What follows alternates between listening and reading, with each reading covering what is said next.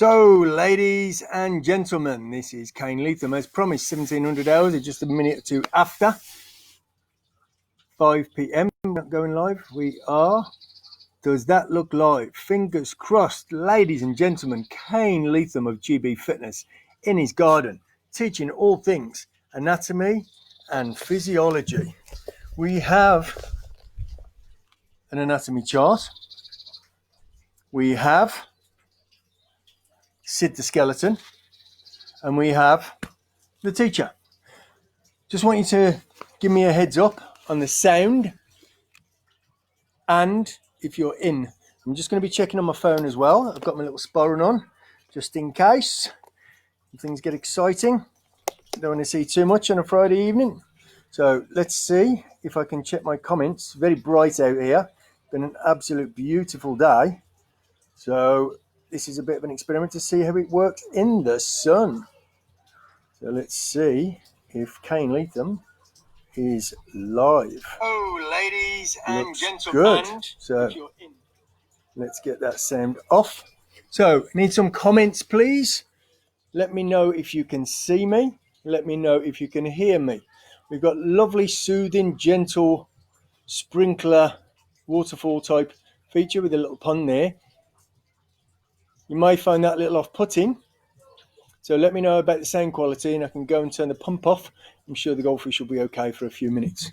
So what have we got? Sound is good. How are you doing, champ? Sean Anthony Blackwood, British and world bodybuilding champion. Thank you very much, mate. So a little recap for him, ex-PT student of mine. So he's done the bones, he's done the muscles. So when I ask the question, Sean, I expect you, sir, to have the answers. He's probably running away right now. So sound is good. Sean, if you are listening in, pal, tell me what you think about the water, because I don't know how much the mic is picking up the water. Please, folks, give me thumbs. Definitely share to your pages, to your friends, to your groups, to your family. There are some little ones playing. There's a field over the back, which is lovely, but there will be a little bit of background noise. I can't control everything, but I can control the water feature sound if you want that off. Sound is good, says Jackie, so that's all good. So I'm going to be checking my comments if I can on the phone. So Graham, how you doing, Graham Dapper? How you doing, sir? I saw you a couple of months ago while we were still allowed to play out, going into Morrison's. I was parking in Morrison's. Didn't actually shop at Morrison's, just using the hour and a half free parking. Oops. And you were coming into Morrison's as I was walking back to the car. I did wave and shout, but you completely ignored me, probably playing your brum, brum, brum, brum, brum music in the car a bit too loud. So can't hear the water. Cool. Can only hear you. It's a shame because the water is lovely. Very soothing in the garden. The talk I'm giving, literally in 2 hours, 7 to 7:45 for the Active Wellbeing Society, is going to be talking about anxiety, issues around anxiety, what we can do about it, some coping mechanisms. And one thing for me is coming to sit in my little garden. It's nice and contained, very high fence at the back so nobody sees anywhere near over. Got the little pond feature. And now we've got the little plunge pool type paddling pool that me and Oscar are freezing in when we've got our wetsuit. So I'll give it a couple of minutes for people to come in. Can only hear you. Billy Bonus and Gary, eh? So, right, let's see. Alex, how you doing, sir? So let's crack on and I'll keep checking in with my phone. I can read the comments in the sun. It looks fairly clear. Hopefully the anatomy chart is fairly clear. So I'm just going to be doing a bit of a recap for some of you that have studied anatomy, studied physiology, be your personal trainers, exercise physiologists, just keen on the subject matter, sports therapists, physios, osteopaths. Look at that, blossoms coming from a tree. Looks like it's snowing. This is why we need to get outside in nature. If you are blessed enough to have a garden, then please use it. You know, fresh air and sunshine really is amazing. Sorry, mate, never saw you. That's all right, pal, that's all right. So, not going to do anything too technical. We're just going to run over a few bones, muscles, as I said, and then maybe get into a bit of movement pattern so we can validate or not exercises. But first of all, let's bring up my mate, Sid the skeleton.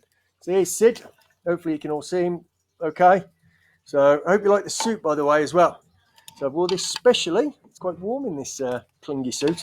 But as you can see, I've got the sporran on just to hide the modesty. So running through the bones. So the bones give us solid structure.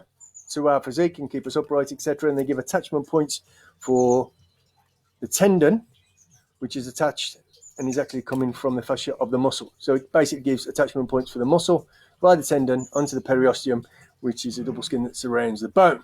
So we've got the cranium, we've got the vertebral column with the cervical vertebrae, thoracic vertebrae, lumbar vertebrae, sacrum and coccygeal. So I'll turn that around so you can see that. So we've got 7, 12, 5, 5 and 4, but these are fused in adulthood. So the reason I'm pointing this out, if you've got any problems, God forbid, in the back, neck, lower, mid, wherever, you'll hear physios, osteopaths, chiropractors and the like. Brilliant. Somebody's decided to saw something down. Let me know about the noise if it gets a bit bad and we'll go inside. But you'll hear somebody's got a problem at C4, C5, C5, C6, which I have, a bit of whiplash from skydiving, so I have a bit of nerve impingement and tingles and issues down the arm. You might have thoracic area, anywhere from T1 down to T12. Common ones in the lower back, these are the L's, L3, L4, L4, L5, and a gentleman I spoke to just this morning, L5, S1. So the problems are generally where the nerve root exits and goes down to obviously send signals to a limb. So if you're looking at L4, L5, L5, S1, these are common issues. The problem is at the intervertebral disc, the disc cartilaginous tissue, the sliding joints that sit between the bones, forming a cushioning padding effect and allow an exit route for the nerves. For instance, the sciatic nerve going down the leg. So when you have a problem at the disc, so I have problems L3, L4, and especially L4, L5. I've got a posterior disc bulge, so the disc bulge is out at the back. That's going to essentially squeeze on the nerves, and I can get some problems down the legs, especially down the right leg, with issues down the sciatic nerve. That's different to where the muscle might be. So if I was to turn around and see my derriere, when you're looking at the buttock muscles, you've got the complex of muscles, gluteus maximus, medius, and minimus, but under there, you have a deeper muscle called the piriformis. So the piriformis can become hypertonic, short, tight, and activated, hypertoned. And the sciatic nerve can either run through that or under it, but especially if it runs through it and that muscle contracts, it contracts onto the sciatic nerve, causing problems and pinches it. So just to let you know, if you've got problems with sciatica, it could be coming from the back with compression on the nerve root, or it could be coming from the muscle, which is clamped on basically to the nerve, being hypertonic. So while we're on his back, we've got the scapula, which are the shoulder blades. As I said, we've got the cranium. We'll turn him back around. So we've got the rib cage, we've got the three bones that form what we call the sternum, which is manubrium xiphi process, also pointy bit at the bottom. You've got the ribs. We've got the clavicle, which is the collarbone. So the shoulder joint is formed where the collarbone joins onto the scapula here. And we've got this AC, the acromioclavicular joint. This is why they call it the AC joint. Can't even talk today. We've got the humerus. We've got the bones in the forearm. Gentleman contacted me last night. We had a little chat. Amazing gentleman who's off in self-isolation because he's a paramedic and got symptoms. No PPE and no testing. Can you believe this? Frontline paramedic. He's been operating with substandard or no PPE. They're not allowed to buy their own because it's not authorised. He's got symptoms and he's still not been tested. Can't get tested unless his family get ill also. The NHS are amazing, but government, come on, pull your finger out. So his son really badly snapped both the radius and the ulna. So if you look at the hand here, palm up, we've got the thumb. So the radius here is sitting towards the thumb. The ulna is going higher up into the elbow joints. Yeah, it goes to the little finger and called the radius because it rotates and radiates around the ulna. We've got in the wrist 8 bones called carpals or carpus, complex of 8 stacked bones, little cuboid bones. And I think what's happened to this gentleman's son, as well as snapping both of these bones clean, he sent me the x-ray, it was pretty horrendous break. Massive scars, what he calls zips down both sides of his arm, like massive zips where the scar has been stitched in. But I think he's got a displacement of his carpal bones because he can't do press-ups, he can't go into extension of the hand. Yeah, so we've got flexion with the flexors of the forearm and extenders, on the back. So he's got a bony block, I believe, so he needs to get some correction. So if some of you are tuning in, for instance, Luke, or who's a chiropractor, who's been to see me talk and he's a client, and there's lots of other osteopath friends and stuff, I'll be sending him across to one of you because I think he literally just needs to pop back in. We've got the metacarpals, bones in the hand, and we've got the phalanges, We've got the pelvic girdle here. Areas of vulnerability, the SI joint, sacroiliac joint, cartilaginous tissue here with the sacrum joins onto the pelvic girdle, ilium and ischium. And then we've got the pubis symphysis, another area of vulnerability, especially in high impact sports. Examples would be things like high jump, triple jump, long jump. I've been blessed to work with quite a few of those, including world champion gold medalist. I didn't help him, to be fair, with that medal, but phenomenal triple jumper.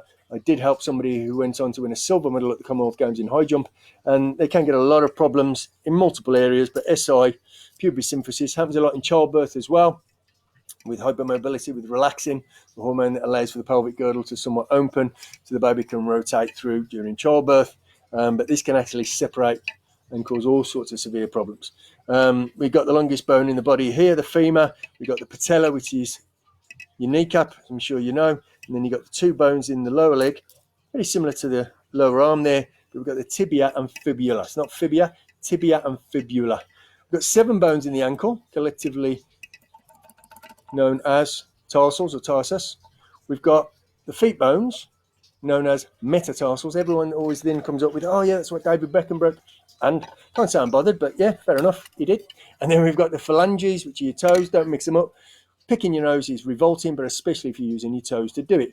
So there's a very quick recap for those of you that studied on the bones. And as I said, there's attachment points. So what happens is if the muscle sits here, for instance, the bicep brachii, you've got the bicep, the tendon's going to cross a joint. It needs to cross a joint with the tendon, and then that's going to fuse into the periosteum, because the body's just a mass of what we call fascia connective tissue. So it's going to fuse into the periosteum, forming an attachment point, because if it doesn't cross a joint, it's not going to facilitate movement at said joint.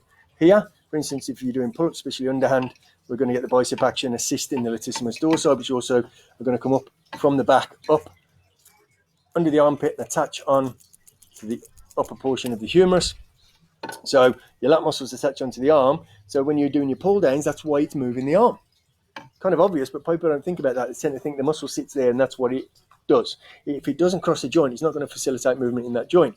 So you can have the bicep doing actions, obviously in the pull-up or the lat pull downs, but the bicep's also going to cross the elbow joint, and that's going to facilitate flexion of the arm. And because it crosses at an angle, it's also going to facilitate supination. You must supinate when you transit out. You do this and you work the biceps. He sounds nothing like that, by the way.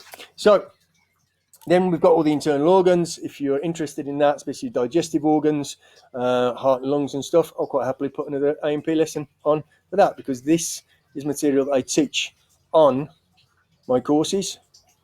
Diploma in Personal Training, Advanced Personal Training course, Diploma in Optimal Health, and we've got a Sports Nutrition course, and now we've got the First Aid for Mental Health all in the brain. So I'm only going to say this once or twice. If you like what you see, if you appreciate what I'm doing and you want to say thank you, PayPal, yeah, if it's free, it's free, and that's what it is. It's a thank you, not a payment, yeah, because this is my work at the moment. So if you've got a little bit spare, which none of us have at the moment, PayPal is Cain, CAIN, at gbfitness.com. That's a quick run through with the bones. Let's have a look who is on. So still can hear with the background noise call.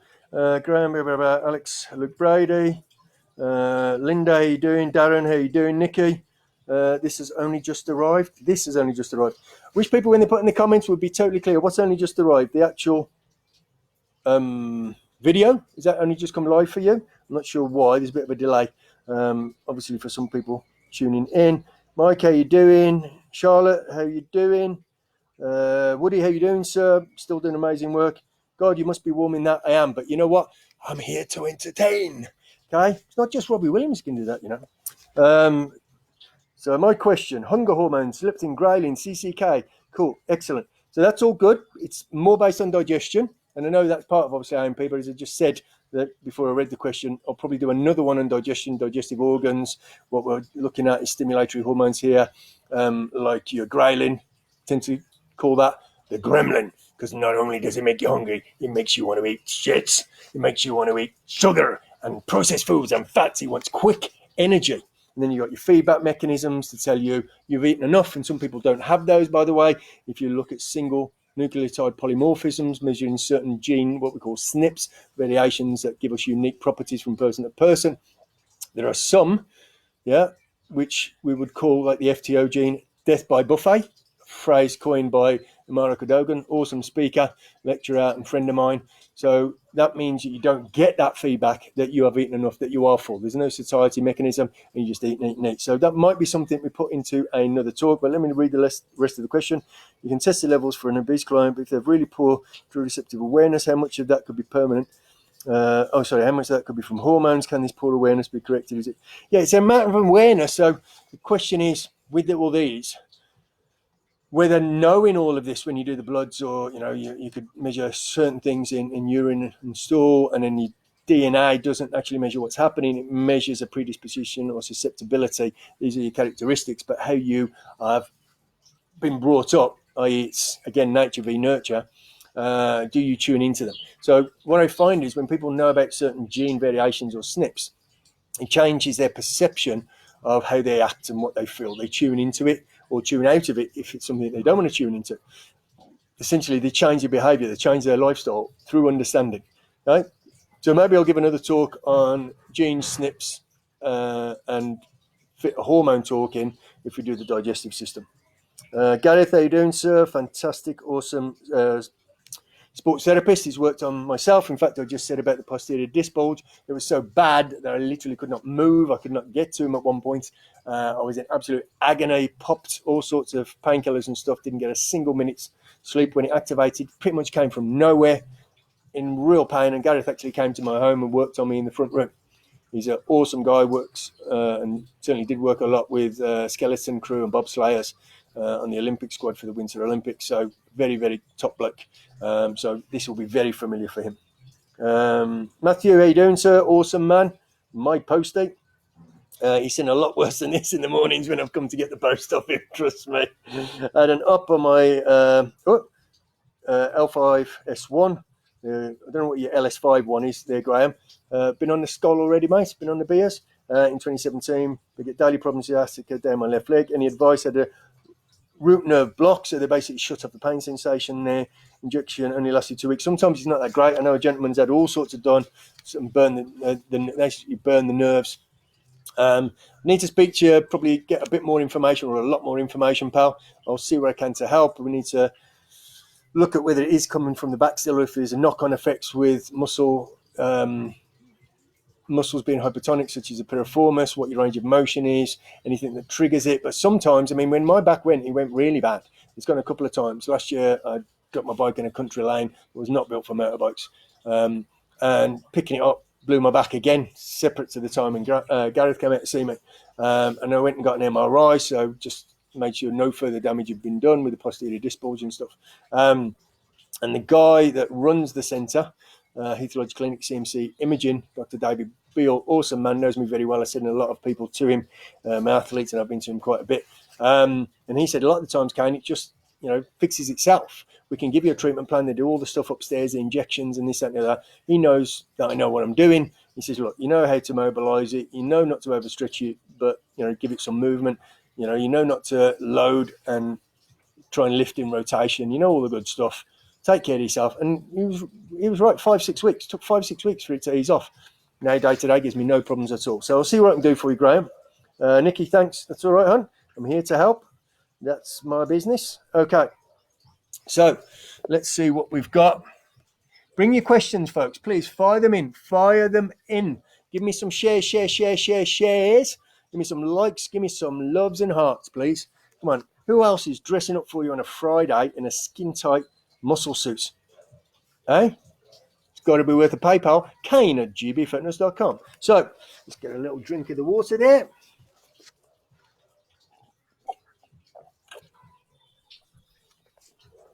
Triple filtered water.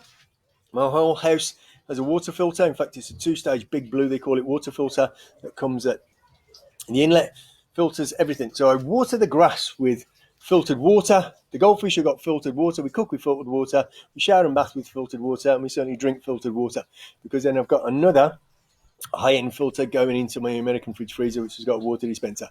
Pure, clean water, no chlorine taste. Stay hydrated. Make your water quality. Think if you're drinking your 3 litres of water per day, that's a lot of volume if it's full of chemicals and stuff. The chlorine is there to kill the bacteria in transit while the water comes into your house, but then just remove it. Also, it's going to remove estrogens and all sorts of nasties. So, filtered water tastes good. So, muscles, as you can see, we've also got an anatomy chart. So, we'll talk about some muscle function. We're not going to get overly technical. Those that have studied with me know I'm a real stickler for detail when it comes to the muscles. We spend a couple of days on learning muscle function, very similar to a sports therapist or osteo or physio type person would. But it's a really weak area for a lot of people that call themselves personal trainers. I've had so many people that have done my courses thinking it's going to be a bit of a top-up or advancement, and they need to regress right down to muscle function, connective tissue, and all of that because they're not taught it. People just seem to want to learn exercises in the gym. How can you validate whether an exercise is actually working correctly, the muscle, if the muscle function is not known? So I touched on this in another video, but how many people do you see doing upright shrugs, upright, up and down, vertical movement, shrugs for the traps? Well, let's have a look at the traps. I don't know how clear the picture is going to be. So I'm going to turn around. So we're looking at these areas here. Yeah. All the way down to here and all the way up to the base of the cranium. So if you can see the chart, we're going up, cervical vertebrae, atlas and axis, C1, C2. And we have got an oblique angle, so it's a diagonal angle. When we get to the mid fibers of the traps, so we've got upper, mid, and lower traps tend to be sectioned off into the 3 portions. Send to the side so it's not shadowed. They're fairly horizontal, sideways, going across. Hang on, so how does a muscle that goes across lift our shoulder girdle, the scapula, humerus, clavicle attaching onto the rib cage complex? How does it lift it up? It doesn't. It doesn't. It can't. All of you that are doing that exercise are doing an exercise that is not efficient, and every exercise should be 2 things. Those that have studied with me, what are those 2 things? That's right. Every exercise should be safe and efficient in that order. Now, safe in the context of what's right for you. Is it safe to go into the gym and get punched in the face by an 18-stone guy repeatedly with no protection? No? What if you're a boxer or a bare knuckle fighter? Like Mike Tyson says, everyone's got a plan until they get punched in the face. If you are a fighter, you will have to take some blows to condition you for those blows. Doing neck harness stuff, head harness, neck rotations, loading the cervical vertebrae. For most people, horrendous. What the hell are you doing? But if you're a boxer, it might be valid to take the impact absorption of a punch. If you're a Formula One racing driver, the G's being pulled, or a pilot on fighters, then it's a valid, relevant exercise. Let's put everything, is this in the context of being useful and relevant for you? But when it's up and down vertical shrugs, nope, nada, not effective.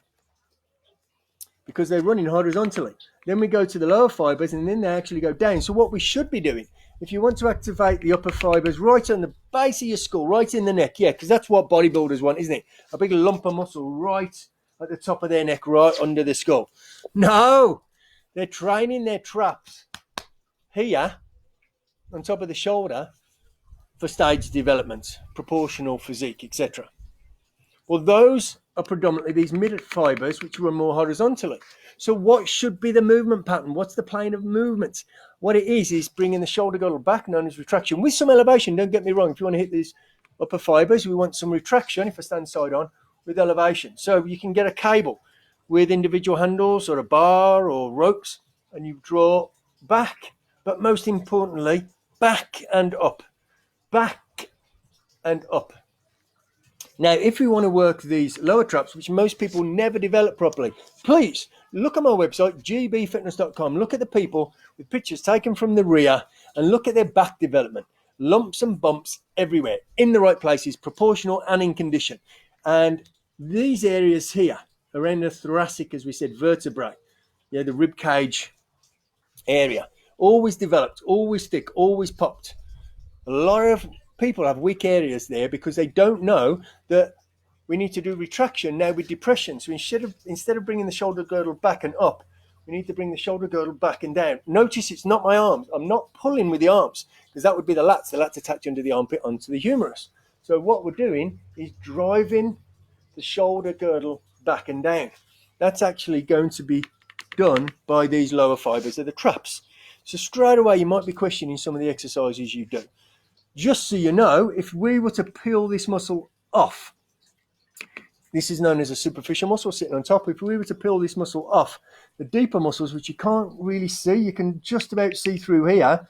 If you can see it on here, the red muscle, so it would be sitting under here, the red muscle has a really special name.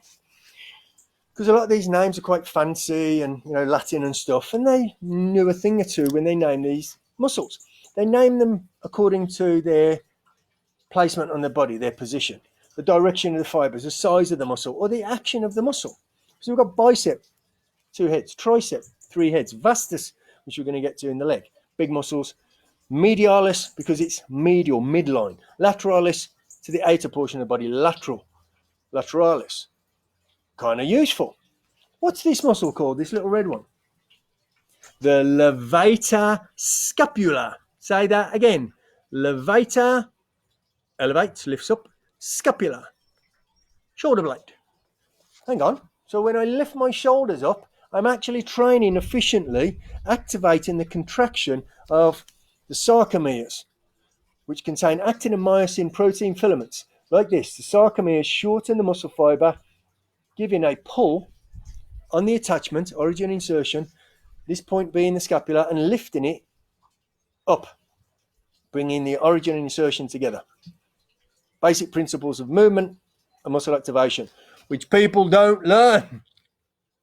Duh. And you call yourself a trainer? Okay then. So, the levator scapula is the primary mover in the action of vertical lift of the shoulder complex. Let's look at another one. So, we've got here the rectus abdominis. Just here. Oh, my belly button's out of place. I'm a bit twisted. You're all nodding. So, long band or strap muscle with the fibers running up and down, vertical, touching from the sternum, lower 12th ribs onto the pubis symphysis. Yeah, which I showed you as a vulnerable cartilaginous joint at the lower portion where the ischium, two sides of the pelvic girdle join to facilitate a little bit of independent movement when you're walking, which you can measure with a Gillet test, which your physios and osteopaths and all that will know. So, it touches from here, the lower portion of the pelvis, to here, the sternum and lower 12th ribs. Hang on. Are you telling me that this muscle that everyone's obsessed with training, everybody wants a six-pack, dude, doesn't attach onto the longest bone in the body that we saw? It's called the femur. If it doesn't attach onto the femur, can anybody on this whole freaking planet explain to me, and you've all got time to do some research while we're on lockdown, somebody come back to me and explain to me how it can facilitate hip flexion, i.e. movement of the leg at the hip joint. In plain English, if you are in the gym and you are doing stand side on, knee raises or leg raises or full range sit-ups, and the flexion is occurring at the hip joint rather than the lumbar vertebrae, i.e. the lower back portion, your waist, if you are causing flexion at the hips, how are you training abs? They don't cross that joint. And if you remember what I just showed you on the skeleton, in order to facilitate movement of a joint, the muscle or the connective tissue of the muscle, the tendon, must cross said joint. And it doesn't. Another exercise that is not doing what you think it is doing. People go, oh, but I feel my abs. Really? That's because your abs are working as a secondary stabilizer along with the abs that are internal, called the transverse abdominis, that sit transverse or horizontally around that section, giving segmental compression, stabilization of the lumbar vertebrae, and stabilizing the forces created by the arms and legs, i.e. when we throw a punch or a kick. Or you're flailing your legs around in your exercise classes at the gym doing what people call circuit training, and I call 99% bullshit hurt your back training. Because the muscle that you are actually working is a complex of muscles. Collectively, we call them the hip flexors or the iliopsoas complex. Iliacus, psoas minor, psoas major. Some of us don't even have the psoas minor, covered in a previous video. But we've dropped the need for it because of our posture and movement patterns. But let's just keep it simple. The hip flexors or iliopsoas complex, generally a complex of 3 muscles, different attachment points, but going from the femur up onto the ilium, and then also crossing from the femur onto the transverse process, these pointy out sidey bits on the lumbar vertebrae. So in plain English, going from the leg bone to the lower back spine.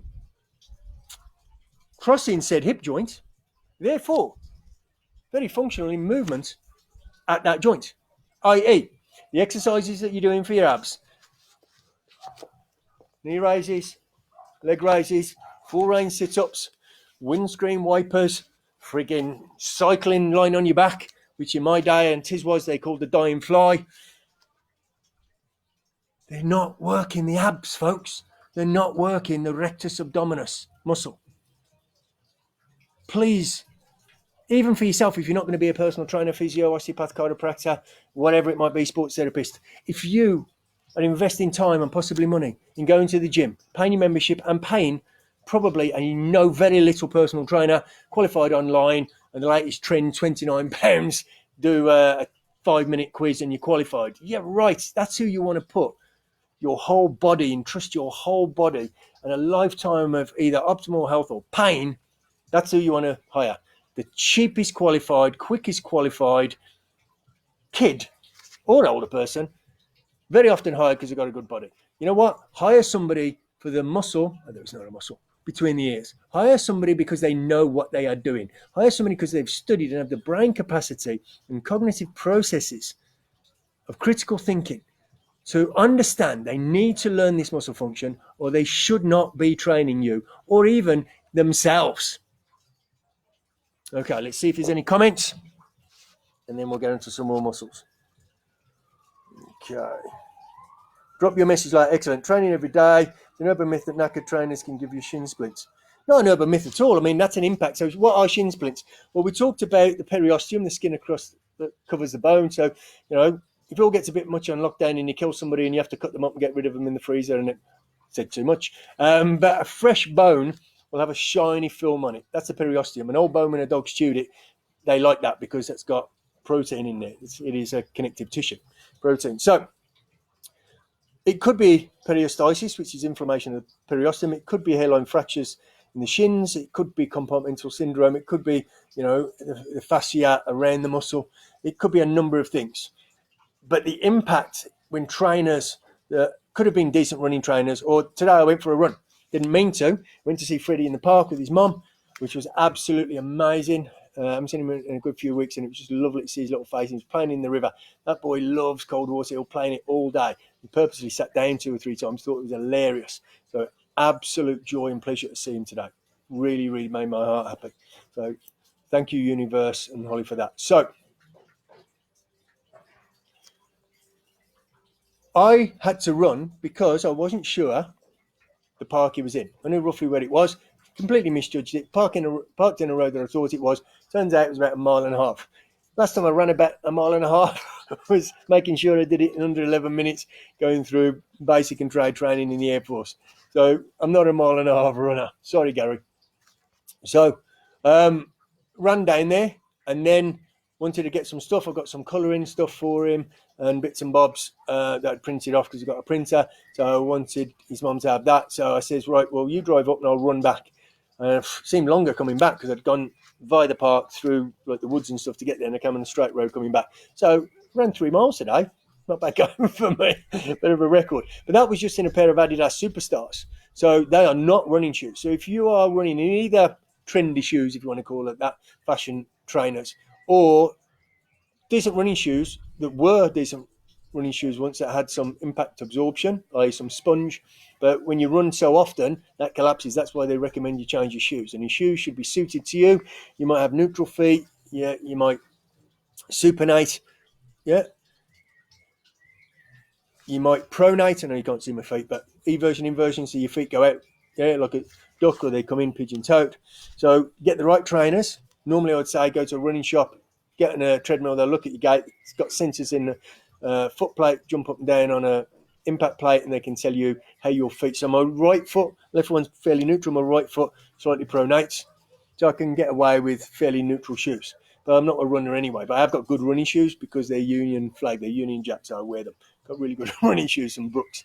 And I've had Saucony. If I'm going to run, when I've trained the athletes in the past, like the footballers, I'm going to be running, and I always train with them to make sure that they get it. And if the old boy can do it, then the young ones have to keep up. So I always buy decent running shoes. So yes, because of the impact, especially on a hard surface, if you find that you're prone to that, get new shoes with some give and sponge. Ideally, get them checked that they're suitable. Those shops aren't open at the moment. And then if you can, run on grass. Try and run on fairly even, obviously in a nice park, fairly even grounding, but run on softer surface if you can. And every 6 months, it depends how much you run. If, Gary Palmer is on, Dr. Gary Palmer, there's a lot of running normally, but he's doing an amazing job, stay home dad, and he's doing his towels from the treadmill and everything at the moment. He's the guy that does the sport-wise testing for me, which measures fat burning zones and everything. The guy's an absolute whiz. He normally does a lot of running, but a lot of his clients do hundreds of miles, in sometimes a week. They're going to go through shoes quicker. Me, my shoes will last for years. So it's not about how long. It's about how many miles you're doing and the feel of the shoe. Check the sponge factor, if you like. Valerie's watching. Tom Abdullah, superstar, does CrossFit. Won't say too much about that, but he's good at it. He knows what he's doing. He's a professional, ex-military, army, but we'll give him that. Does some amazing work now, security and close protection. Very, very fit guy, very strong guy. But even with his CrossFit, he comes up and he's been up to see me. He's done my PT course, very educated man on that. But he'll come and get some new ideas for core and strengthening and movement patterns. So a brilliant, brilliant guy. Truth with Kane, eh? Oh, thank you, mate. I know that it depends on how hard you are on them, but generally I'm walking up a very... My shins hurt way more than my glutes. So it could be the shoes or the technique. I don't know. I'd have to have a look at your shoes. Better still, go to a podiatrist or somebody like the Runner's World shops and all those. Any of the shops that do triathlon or whatever. I don't know down your area. Here, I'd say, you've got Birmingham Running, you've got a Tri shop, you've got quite a few. Have a look. I know they're closed at the moment, but when they're open, have a look at the runners' shops and go in there. Very often they'll do a free test for you because they want to sell you shoes. Birmingham Runner will go in, and then in the past I've bought like last season shoes. I'm not bothered what they look like. I had a bright gold pair once.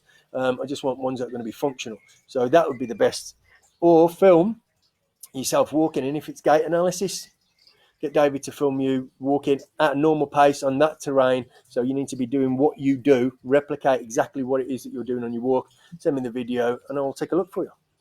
Marie Lay's watching. How you doing? Best way to engage transverse abdominis to basically activate them, you draw in and up. So suck it in without being too crude.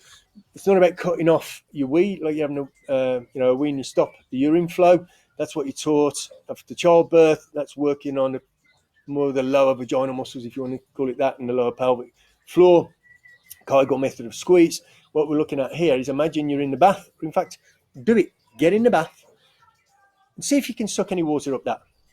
Get it up there. If you're doing that, drawing in and up, you're getting inward compression. Transverse abdominis gives inward compression of the internal visceral organs. It's lifting the pelvic floor, so it's awesome to prevent the issue of incontinence. If you look at statistics of incontinence, women over the age of 35, let's try to remember the exact numbers, it's something like 38% of female runners, it's about 40% of female aerobics instructors, and only 4% of female weight trainers. Why? Because when you're lifting properly, even if you're not realizing it, if you are realizing it, even better, but you are subconsciously activating the core because your brain knows it needs to stabilize and support the back. So when you're lifting weights, you're creating an internal force, a girdle of inward compression. You generally feel it here on the hips, drawing in almost. When you're running and the old-fashioned step aerobics, high-impact stuff, a lot of impact is generally drawing down that pelvic girdle and creating incontinence. So, again, face to face, it'd be a lot easier to teach you because it's a matter of putting your finger on, feel it drawing in, slightly up, but in, draw in. And as you can see, you can do it talking. It's totally independent of breathing. It is not about a breathing in or out. So you can talk and draw it in. I can breathe out and draw it in. I can breathe in and draw it in. It's independent of breathing. It's a muscle activation through conscious thought, mind to muscle connection that everybody talks about and very few have. Because if you don't know what a muscle does, how the hell can you connect with it? How do you know you're doing the right action? But it's certainly not blowing out.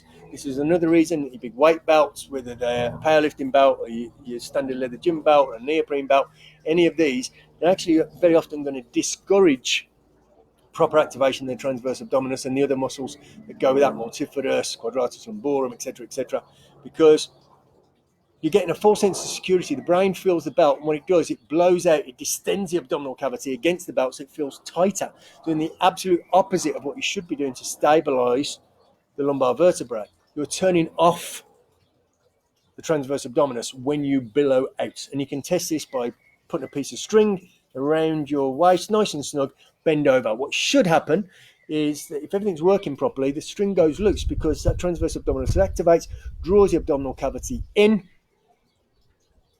the string goes loose. If you bend down and you billow out and the string goes tighter, you've got some work to do on your TBA. Transverse abdominal activation. Might be easier if the chart was close for all to see. I know, pal, but it's going to be on top of me, so I will bring it close. I'll go over some more. I was trying to gauge it because if I bring it closer and I'm stood here, you probably think that's a Billy bonus that you can't see my head. So it just gets a bit weird. It's it's not optimal. We're all adapting. Come on, think about Charles Darwin, man. It's not necessarily survival of the fittest or the strongest. It's those that can adapt will survive. This is how we've got branches of weird and wonderful creatures because of adaptation. Go to Galapagos or Madagascar, and there's animals there that don't survive anywhere else because in that environment they adapted to the harshness or uniqueness of that environment. That's what we're doing. So bear with me, Sean. Kay, how you doing, sweetheart? Amazing lady and her husband, Adrian. Best jewelry in the world. Glass Tower. Completely frigging forgot where it is. It'll come to me. No, Glass Tower in Knoll. Just on the high street as you're going on the right. Amazing people. Lovely people. Big advocates of natural CBD oil as well, Adrian. Really works. Jeff, how you doing, pal? I was trying to tag somebody in, James Hutzel. Jeff, an ex-student of mine from many years ago, was a competitive bodybuilder. Does all sorts of gym management now, and he's had me doing whole day seminars, teaching some of this, teaching practical stuff, teaching nutrition in his gyms. I understand, Jeff, you're at a new gym, mate. We need to book some new seminars when we're allowed to play. Thank you again for asking Jim to contact me. What a lovely man. Spent a good time chatting on the phone. He's always following me, making comments. Top bloke he is, so thank you, sir. Freddie Sweetie Pie, he absolutely is. Freddie's a star, such a bright kid. I'm so lucky. Both of my boys love nature. They're super bright. They retain information, but they love information. They've got a hunger and a thirst and a passion for knowledge. I really couldn't be luckier. Great answer, thanks. Run, are you nuts? Walk. I know, I was giving you the benefit of the doubt. Craig, how you doing, sir? We really need to have a catch up, yourself and Gary and little Dan. Alex, how you doing, sir? Thank you for all you're doing. He knows what that means. Charlie, top student I've ever had. The only person, he gets embarrassed when I do this, I think, the only person ever in 20 years of teaching my courses, and I've won awards from all sorts of places. Last year, English Veterans Awards for contributions to fitness and society. It's kind of what I'm doing tonight, putting the fitness and my NLP knowledge and my nutrition knowledge to help people in the community, which is going to be at 7 o'clock for the Active Wellbeing Society. Charlie's done pretty much all of my courses. I've won Training Provider of the Year back in 2007, all sorts. So they're tough courses. Taught hundreds and hundreds of people, trained, spoken and advised thousands. But Charlie Jenkins is the only man ever in any of my top end courses to get 100%. That's right. The only person on the planet to ever get 100%. In my PT course, my advanced PT course, my diploma in advanced nutrition for optimal health is the one and only Charlie Jenkins. And he's a lovely man too. So be nice and embarrassed from that. Suck in water. Okay, make sure it's clean. No, don't want it too soapy. Bubbles will be coming out for days. Charles Delve. Thanks, Guru. Alex. Gorgeous afternoon. Beautiful, mate. I actually got a little bit of time in the sun. I dropped some stuff off, gave a donation to a local school of some play stuff from the garden here that my boys had just to give to their reception at Oscar's school. It's nice to care. It's nice to give back. It's nice to share. PayPal donation done. Nicky, you're naughty because you paid for a consultation. Thank you very much. Really, really appreciate it. This is how I'm earning to support my two children. I'm still trying to give every penny that I can to them. It's only right they don't in any way, not suffer, it's too harsh a word, but notice any difference in the quality of their life and their food and their supplements and everything else. So what I'm doing here is a freebie, but if you want to say a thank you on PayPal, kane@gbfitness.com, CAIN, or you can go on my site that's coffee. I should have put the link down. I'll put that in later. So there's a little website where you can give a donation, buy me a coffee. So it's a £3 or multiples of. You can buy me a coffee for every day of the week if you're generous. But take the information, run with it, share it. Please share this far and wide if you feel it helps. You broke my record. Bugger off, Charlie. Yours was amazing, hon, but Charlie, number one. Numero uno. Paul Goff, awesome. Boxing coach. Awesome gentleman. Does loads of work in the community. Got some good people tuning in tonight. Really, really honoured. These are good, good people. So Paul's done my courses as well. He's had me do loads of seminars for A, his boxing club, and B, the community projects he runs over in Dudley. Love to do some of those again, mate, because we're going to have a big need for that. And obviously what I'm doing with the First Aid for Mental Health, really want to help, the kids, the teenagers, the adults, the mums, the dads. A lot of people are going to feel it. Grandparents are going to feel really, really, kind of neglected isn't right, but distance from their grandchildren. I mean, I've just unloaded the car, like I said, with some play stuff for the reception at Oscar's school. The caretaker opened up and made sure there was social distancing and stuff. Basically, I had to unload everything while he stood back and watched. Lovely guy, and he says he's really missing his grandchildren. He's loving the weather. He's helping out. He's in the school every day because of the key workers' kids, which is fantastic. The teachers there are phenomenal. Oscar loves that school, but he's missing his grandchildren. And I get it, I totally get that. I'm living that as well. So, Sheridan, how you doing, sweetheart? I had a good long chat this morning with Jess and Jake, so hopefully it helped out. So thanks for referring those. So some really good people, friends, colleagues, ex-students, clients. So if you want to be a student of mine, contact me. There's a lot we can do remotely. Like I said, the First Aid for Mental Health, I've started that course, did a 3-hour intense session yesterday. That's a level 3 off-qual qualification. And I can start the ball rolling if you want to do the PT, the sports nutrition, or the diploma in advanced nutrition for optimum health. And then we'll have to finish that off because I'm not going to just sign it off. You've got to do your practical. I've got to see that you're right. So the practical, obviously, for PTs in the gym, you need to learn all this and exercise techniques and energy systems and muscle fiber types and blood pressure and heart rate and screening processes. It's an in-depth course. So there'll be a lot we can do online and then finish off the practical when we can get in the gyms. Same with the nutrition. There's loads we can do remotely. I'm using Zoom, but I need to see you do a communication, which I guess we could do via Zoom, thinking about it, but they will still be written exams. The way that the First Aid Mental Health qualification works, they've adjusted it so we do a face-to-face via Zoom, live, kind of interview questions and answers, ask you the questions, and you answer them as if you were writing them on paper. I make some notes, but most importantly, it's all recorded. It has to be recorded, and that's sent in for verification. Without the recording of a live correspondence assessment, which is 1 hour, you would not get the certificate. So they've been really stringent. It's none of this online. Have a look at your book. Nobody knows. You're getting the answers from Google, quizzes. There's still proper courses. It's the only way I know. It's the only thing I'll do. So let's have a look. Pectoralis major. Again, working at a bit of an angle, but predominantly horizontal. So causing horizontal adduction of the arm, the humerus, touching across the shoulder joint, so facilitating movement across that joint. So we've got horizontal adduction. And we're also drawing the shoulder girdle forward, so we've got some protraction. Yeah, we've got some internal and external or medial rotation as well, but the main functions are pressing forward, aided by the tricep. So we've got major prime mover muscles, and we've got assister muscles. Then we've got the rotator cuff muscles, which are the stabilizers, supraspinatus, infraspinatus, teres minor, subscapularis.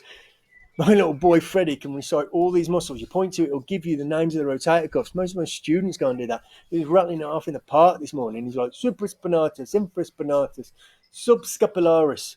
It's unbelievable. Names you the quads. How many quads are there? For those that haven't tuned in for a while, how many quads? We got the vastus, big muscles, and then we're going back to the names, really clever. Vastus medialis, midline, mid portion of the body. If you put a line down there, clever the people that name these muscles, eh? Vastus lateralis, on the outside of the body. Here, rectus femoris, femur bone, rectus femoris, makes sense. If we peel that off, we'd find underneath vastus medialis, vastus intermedius or intermedialis, vastus intermedius or intermedialis tends to be called both, but vastus intermedius, intermediate in between the lateralis and the medialis. That last one is two muscles now. That last one has been two muscles for the last couple of years. That last one has been two muscles, according to human dissection of cadavers, dead bodies, when they've looked at it and discovered that muscle, vastus intermedius, has a separate nerve innervation, a separate feed wire to the motor unit. Yeah? Somebody's singing it. And it also has a slightly different offset attachment point. So therefore, by definition, there is a muscle within a muscle called the TVI, the tensor vastus intermedius. There's five quads. I know the word quad means four, but there's five quads. We need to open our minds. Minds are like parachutes. They work best when they're open. I know as an ex-skydiver, you're like, please open. But a lot of us have this phenomenon, paradigm called cognitive dissonance. Cognitive dissonance. There's no way I'm believing that. This is absolutely ridiculous. I've been a scientist. I've been a surgeon. I've been a lecturer in anatomy and physiology. I've been a whatever for the last 20, 30, 40 years. There's no way you're going to convince me there are five quads, but there are. Because in every single dissection, now they know what they're looking for and they look at it more specifically. Every single one of them has five quads. So you can leave your cognitive dissonance at the door. Not that you're coming in, because nobody's coming in apart from Oscar. Social distancing. Wear your gloves and stay home. Cognitive dissonance is dismissing truths because you refuse to believe there's a better way. Refuse to be updated. Refuse to learn, because that would mean maybe I've got it wrong. Maybe I'm not the absolute best. Maybe I'm not safe in my little world anymore because things are evolving. Remember, adaptation. Charles Darwin. Those that survive are those that can adapt. Open your minds, learn new stuff. You'll learn it here. Kane Leatham, GB Fitness. We've got three muscles of the hamstrings, bicep femoris, semitendinosus, semimembranosus, causing not just flexion of the knee, bending the knee, leg curls, but also they're crossing the hip joint, which tells us they do something at the hip joint. And they do extension at the hip joint. We've got the muscles in the calf, the deeper muscle soleus, crossing down through the Achilles onto the calcaneus, the heel bone, but it does not cross the knee. The calf deep muscle soleus does not cross the knee, so therefore does nothing at the knee, which is why seated calf raises are effective and efficient for the soleus. But the gastrocnemius, that top overlying muscle, the big one, if you saw Anthony Blackwood, it's a freaking big one, with that split through the middle of the diamond calves, that crosses the knee. Look, it's crossing the knee joint, touching onto the femur. Therefore, it does something at the knee. What? A calf does something at the knee? What do you possibly mean, Kane? I mean that when you are doing your seated, standing, or lying leg curls for your hamstring, and you point your toes, known as plantar flexion, you're activating the calf gastrocnemius muscle to help you flex the knee. You're freaking cheating. You probably had no awareness of that. The body is designed to be efficient and effective. So subconsciously, your brain is going, let's get the gastrocnemius to help, dude. It's a bit hard loading on the hamstrings here, but you were trying to prioritize the hamstrings either for hypertrophy, so you got myofibril hypertrophy, sarcoplasmic hypertrophy. One is for functional, powerful output strength, and one is kind of show bodybuilding, just mass. But if you're trying to develop either strength, power, type movements, or size for cosmetic, aesthetic purposes, be it for the beach or on stage, neither of which you can go to at the moment, then you do not want to be pointing the toes, because by pointing the toes, you're activating the gastrocnemius to aid flexion at the knee because it's crossing the knee joint. If you put your foot up, towards your shin, toes towards your shin, dorsiflexion, then you're going to put a stretch mechanism as opposed to a contraction mechanism on the gastrocnemius, and that's going to alleviate, not totally isolate, because you can't isolate a muscle. We'll come back to that, but you're going to put more tension through the hamstring. Little tips like this are what I teach on my courses. Little tips like this are absolute boom knowledge bombs. I hate it when people do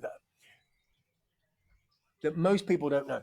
But if you train with me, when we're allowed to, if you study with me online or in the class, you will learn all of this and masses more, which is why I've been doing this for 20 years. I've won the awards. I've put people onto Olympic platforms and world champions and world record holders in various sports, from powerlifting to discus throwing to cycling to MMA to boxing to bodybuilding to ballroom dancing to whatever. It's a knowledge, a working in-depth knowledge of the body and what it really does that most people never learn. So let's go back to I can isolate a muscle. I'm doing bicep curls, so isolate a muscle. Really?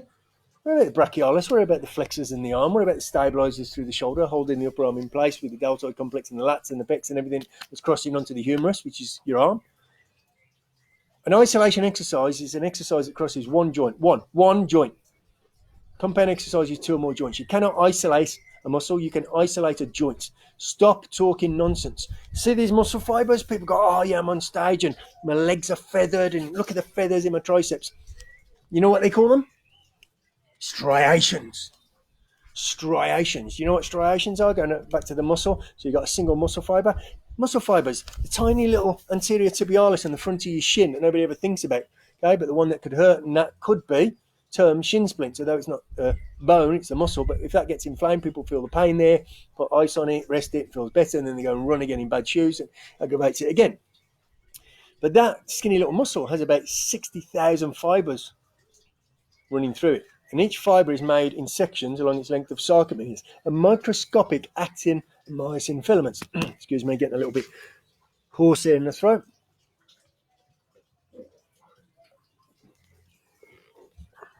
I hope you're sharing this with your friends, family, people you don't like, groups, whatever. So the actin and myosin, you can't see with the human eye. Way less than a human hair. Way less. Way less. And they're inside the muscle fascia in bundles. And then even if you've got 99.9% of your fat off, you've got skin on top, so you don't look like this. So how the freaking hell are you sat 57 rows back at the back of the auditorium because it's too cheap to buy a decent ticket and you're not knowledgeable and educated enough to be a judge? I was a judge at the British Championship for EFBB, now UK BFF. I judged the Miss Universe.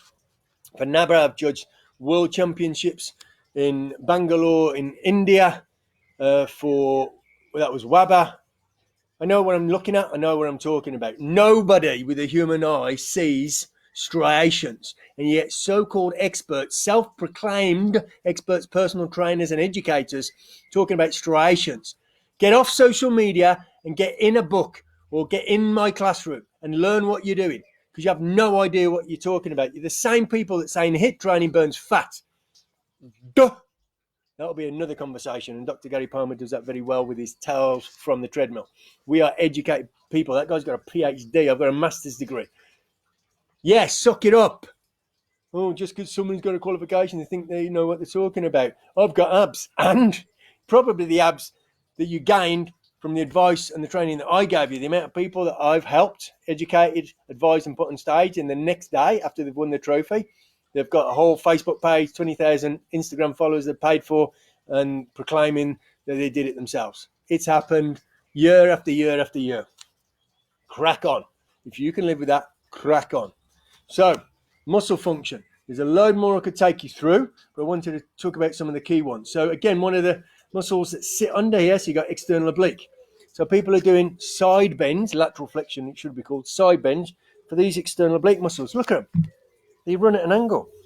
Again, somewhat horizontally, not vertical. They'd have to be vertical, give or take, to do lateral flexion, but they're not. They do watch from there to there, This is what a muscle fiber does. Shortens and contracts, pulling on the insertion point. Contralateral with forward flexion at the lumbar vertebrae. Contralateral rotation and flexion at the waist. Not lateral flexion. Because if I pull this muscle off, the muscle's going to sit here from the transverse process going on to the ilium. Yeah. That muscle's going to sit like that diagonally. Muscles can only contract and shorten and pull. Muscles can't push. That has to have an external force, either the opposite muscle. So if I tense my bicep or contract the bicep, it's going to cause flexion at the arm with supination. If I want the arm to straighten again, I don't simply relax. The weight of the arm, acted upon by gravity, 9.81 newtons, is going to pull my arm, the weight of my arm, gravitational force, pull my arm into a straight position or extended position. Or I can consciously contract my tricep, and that does the opposite movement, extension of the arm at the elbow, and that is going to take my arm into a straight position again. So muscles cannot push, they can only pull when the fibers contract along the sarcomere length. That makes sense? So if a muscle goes from here, transverse process, onto the ilium, it's going to bend you to the side. It's a deep muscle. I don't care how ripped you get. Even if I've trained you, which is pretty ripped, if you're going into a competition, Sean Blackwood won the World Championships. So have numerous others. 89 British champions, 14 world champions, 4 world record holders, 6 Miss Universe winners. That's a CV, folks. So side bends with weights, not working the obliques effectively. You have got internal obliques as well with ipsilateral rotation, so it's going to work them a bit more than it would the externals. But it's also causing compression forces and offset compression forces, either one side or the other, depending which side you're leaning to, of the intervertebral disc. And you could blow a disc, you have a prolapse or herniated disc. So my posterior disc bulge is obviously at the back posterior, but if it was laterally and I blow that, I could be crippled. You could literally sever a nerve. Is that what you want? Is that what you're paying your trainer for? Really? That's what you're paying for? To potentially get crippled, being trained by somebody who doesn't know the basics of movement caused by muscle activation. Cool. Maybe it's time while you're on lockdown to do a bit of homework on who it is you're speaking to and who it is you are paying for advice. www.gbfitness.com. Be a great place to start. Let's have a look, see if you've got any more questions. The hamstrings are shocking. They cramp up as soon as I kill them. Hamstrings cramping. Mark Helgreen and his brother Chris trained with me, brothers. Chris did some natural bodybuilding shows. Mark had horrendous cramps, nearly always on hamstrings. We could do the first warm-up, gentle set on hamstring curls, cramp like a mofo. Magnesium, but specifically magnesium malate, bisglycinate, or taurate. Tend to use magnesium malate. It's the delivery medium of the mineral. So you got magnesium, but if you're using citrate and other forms, oxide completely useless, citrate's okay, but pay for a better quality one. And there's a product, don't generally plug too much on these, but there's a company called Nutri, and they've got a range of Megamag powders. And the one you want to try, pal, is Muscles, Megamag Muscles. I've used this with a lot of athletes. Gerard Dunn, 400 metre sprinter, used to get massive amount of lactic acid build up in his legs sprinting. 400 metres, a killer event. I've got loads of respect for them. Been lucky enough to work with, going back to Daniel Kane's world 400 metre sprint champion. I've worked with a lot of 400 metre runners. It's a killer event. It's horrible with the lactic acid build up. Gerard, his career, because of his times, went through the roof when he started using that Muscles. It's an awesome product, mate. And obviously with your running and cycling, that would be one I'd give you. We've got, just want to catch up the questions. Martin Yates, how you doing? Runs the IBFA, phenomenal gentleman, competing all his life. He's an older fella now. I went out to Italy. He was over there organising the show with the British team when Silvano Imbrogno won the Miss Europe competition. So he's a great man. Stefania, how you doing? 5. Some of my students and clients quote me these 5 quads. I only knew there were 5 quads, as you said last week. Well done. Peter Alley, awesome gentleman. Your picture is on my window at the front, mate. Key workers, you're there, sir. Yeah, stuck in the shelves. This man is a provider for his family. He's an awesome PTs, and even more awesome nutrition advisor because I taught them the nutrition. We need to get you on my PT course, pal. Need to get you on my PT course. You're great. I could make you phenomenal. In the words of Young Guns, a movie, I forgot what it was then, I could make you famous. But he's a lovely man, Pete. Sean is still watching. Robert Chester, how you doing? Nice one, Prof. I had the absolute honour, and it was a true honour, of training, teaching the one, the only, 5 times Mr. Universe, top IFBB pro, Charles Claremont, a superstar of bodybuilding, one of the most aesthetically pleasing professional physiques I have ever seen. I didn't like the mass monsters of Dorian and Jean-Pierre Fuchs and there's loads of them, Marcus Rule, great bodybuilders. I met all of these. I was very much into bodybuilding years ago. I ran the biggest fitness store, Workout World in Great Britain, and I was honoured to go to a lot of the top pro shows, meet them and hold seminars with them. Paul Dillett, I hosted a massive seminar with him in Birmingham in Digbeth at the Institute. And Charles Claremont was one of the first pros I ever saw on stage at Nottingham at the Grand Prix after the Olympia, and he won the Grand Prix. So he beat all of them. He beat Flex, he beat Kevin Liveroni, he beat Paul Dillett, beat Chris Cormier, all of them. And it's Flex Wheeler, by the way, not Lewis. Flex Lewis, what is he now? 7 times Mr. Olympia. It's done my PT course, failed it twice. It's easier to win Mr. Olympia than it is to pass one of my courses. So don't think it's going to be easy. But Charles Claremont studied with me a few years after I'd seen him on stage. And an amazing gentleman. I took him to India. We went out to Mumbai, doing a kind of business trip, and took him over as he was my mate. And we met Shilpa Shetty. She invited us to her house and all sorts of stuff. I've been honoured to meet some great people over the years, some lovely people. But Charles Claremont, what a star. And anyway, his name for me was the Professor, which was quite an honour. Graham, still watching. Robert, still watching. Mega Mag is amazing! In capital letters, says Nicky. Great for sleep too. Yeah, magnesium's a relaxant for the central nervous system, lowers blood pressure, all sorts of amazing stuff. That product, Muscle Ease, is related to another product that they do called Carmies, and another one they do, Night Formula, and these added things. But the base one, Muscle Ease, is actually designed with magnesium malate and malic acid, which is it's a compound of certain fruits that give it that sharp, tart taste, like apples, and that is designed originally for fibromyalgia. But I did some work with the company, did some education for them, and did some product development, gave them the idea of branch chains and this, that, and the other, because they wanted to expand into the sports field. So they hired me to help develop that. And that Muscle Ease, I was the one that kind of went, well, if it works for fibromyalgia and muscle hypoxia, and we want to offset the buildup of hydrogen ions, which is what we call it lactic acid. It's hydrogen ions build up as the offshoot of anaerobic glycolysis, which is where we produce the protons and the ATP from carbohydrates, glycogen, and glucose. Good stuff, eh? First of all, going through the pyruvate cycle, and then potentially lactic acid, which is going to be offset by alkaline buffers such as magnesium. So that's how it works. If you don't know how things work, you shouldn't be teaching the subject. Alex, I have that. I know, mate. I remember sitting and talking to you about it. Best start taking it. That would work better. For an intelligent man, it works better if you put it in your mouth. Said the actress to the bishop.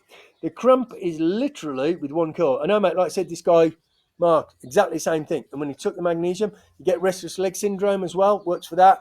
A lot of pregnant women get that. Take magnesium. Just doesn't happen. Michael Perkins is watching. Steve Warren, how you doing, sir? About time you tuned in. About time you said hello, gave me a call, replied to one of my bad jokes that I send you. Better still, we'll get on WhatsApp and we'll share a beer virtually, mate. Doing that with my good friend Danny. Danny was in the Air Force with me 30 odd years ago, and every Friday we have a quick tin. Later in the evening, he's a gentleman, lives over in Sutton, got 2 grown-up daughters, and we've kept in touch for 30 years. So we always have a little tinny at the end of the day on a Friday and a good chin whack. So we'll have to do that, Steve. Here we go. Michael. Okay, cool. Okay, so I'm going to start thinking about winding down because I have to prep for my next live, which is at 7 p.m, 7 to 7:45. I'm going to give a little talk about anxiety, not going too heavy, not going too much into, the issues around the sympathetic nervous system stimulation of epinephrine and norepinephrine, the effect of dopamine and serotonin. We could go off at a massive tangent on that. It's a very easygoing, quick take home of trying to remove yourself from the stressors, the triggers, if at all possible, using diversion techniques and distractions. Read a good book, listen to music you like, get out in the garden, run a bath. So, just nice friendly tips and whatever. So that's introduced you to a few muscles. Hopefully, as you can see, I know a thing or three about these. If you want me to do more seminars, presentations, I will happily do so. Ask me on the subject. So it looks like we might want to do one on digestion, digestive system, actions of. Gave a consultation via Skype earlier. So as I said, you can hire me. We can do live consultations via Skype, via Messenger, via WhatsApp, via Zoom, whatever you want. You're going to get me 100% in the room for you. It's the only way I know. So I did one earlier today. Gentleman with gastrointestinal issues, gone through all his symptoms. His doctor was really off the mark. His doctor's really off the mark with what he thought it was a hiatus hernia. The guy didn't even know what a hiatus hernia was. I don't mean the guy that was speaking to, I mean the doctor, where you're going to get a portion of the stomach come up through the diaphragm and strangulate it, because he said, that's a weak muscle called a sphincter, but the esophageal sphincter being inadequate, causing GERD, with this gastroesophageal reflux disease, burning the esophagus, is different to a hiatus hernia. I think this guy's got gastrointestinal issues, won't go into signs and symptoms, but it doesn't sound good. Most likely to be H. pylori, Helicobacter pylori. So I've advised certain tests for it. All of this in a 1 hour, 10-minute Skype call with video. I can do this for you. And it's all about half price at the moment. This is the time to look after yourself. This is the time to invest in yourself and your health. Yourself and your health. That's your wealth. That's your wealth. And at the moment, it's pretty much all half price. Okay, I'm doing big discounts on my courses. I'm doing even bigger discounts on my personal services with the consultations, etc. Just contact me. Cain, CAIN, at gbfitness.com. If you've loved the talk and you want to say thanks, you can pop something in the PayPal. No need to if you don't want to, if you haven't got it. It's a freebie. If you do want more in-depth personalized advice, then it is a personal service. It is a one-to-one. You are not hiring me for 1 hour.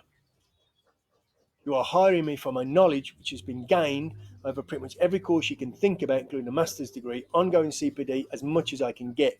And 27 years of applying that in experiential learning, actually doing it in the field and knowing and seeing what works.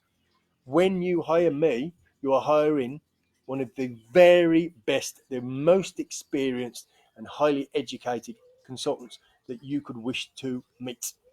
And that's not being big-headed. That is being factual. There's nothing wrong with telling the world you are good if you can back it up. This is not a Billy brag. This is sharing the truth.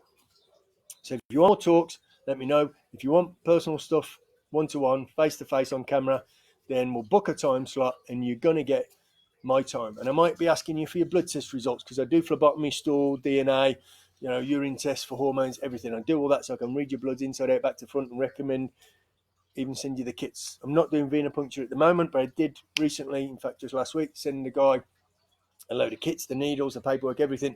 He got somebody else to take his blood. They were happy to have that contact. I'm not. And we've got his results. Do you know how long it took him to get the results? 2.5 hours. 2.5 hours, because he made sure that the blood got to the lab. 2.5 hours later, after having his blood took, he could not believe it. I'm on the phone. I've already emailed him the results, and I talked through every single one of them. Looking at his male hormones, looking at his liver enzymes, looking at his lipid profile, his cholesterol, his red blood cells, his white blood cells, his thyroid hormones, everything. He had to invest in that, but now he knows what is going on with it. So if you're interested in that, you just DM me, email me, whatever. So ladies and gentlemen, it's a beautiful Friday evening. I can't really do the community project in this garb, so I need to set up a bit of a different system and get dressed into the Active Parks t-shirt that they've given me. That's their branding. So all that remains is to say, be happy. As much as one can, be happy. Stay healthy. Stay motivated and inspired. Stay knowledgeable. Stay in. Stay safe, please. If I can help you in any way, contact me. And if I'm not the right person for the job, trust me, I will send you to somebody that is, because I have an amazing network of professionals and experts that I've liaised with over the last 27 years. So if you need an osteopath, if you need a chiropractor, if you need a sports therapist, if you need a counsellor or a therapist for mental issues, whatever it might be, and I have training in a lot of these. I am a qualified body massage and sports massage person. I've studied biomechanics at Loughborough Unit. I'm an NLP master practitioner, but there are people that do those particular areas better than me. I'm not a jack of all trades. What I do exceptionally. So I have earned this. Steve Powell, as I said, awesome man. Ex-Sapper, Royal Engineers, bomb disposal. To you, sir. I'm not downing this in one. I did that earlier this week. I salute you. I salute every key worker, every doctor, nurse, taxi driver, bus driver, supermarket worker, shelf stacker, bin man, postman, etc., etc., etc.